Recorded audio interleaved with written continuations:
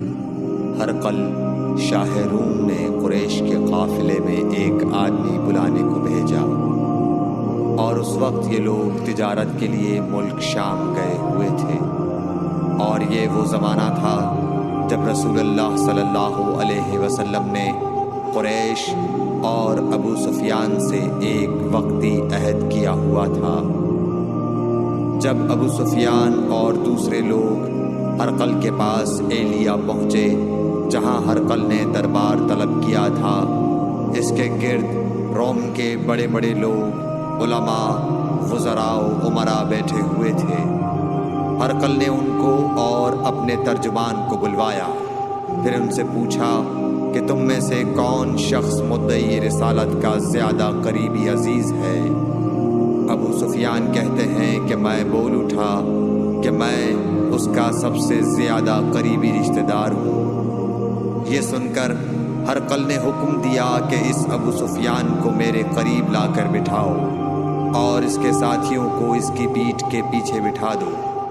پھر اپنے ترجمان سے کہا کہ ان لوگوں سے کہہ دو کہ میں ابو سفیان سے اس شخص یعنی محمد صلی اللہ علیہ وسلم کے حالات پوچھتا ہوں، اگر یہ مجھ سے کسی بات میں جھوٹ بول دے تو تم اس کا جھوٹ ظاہر کر دینا۔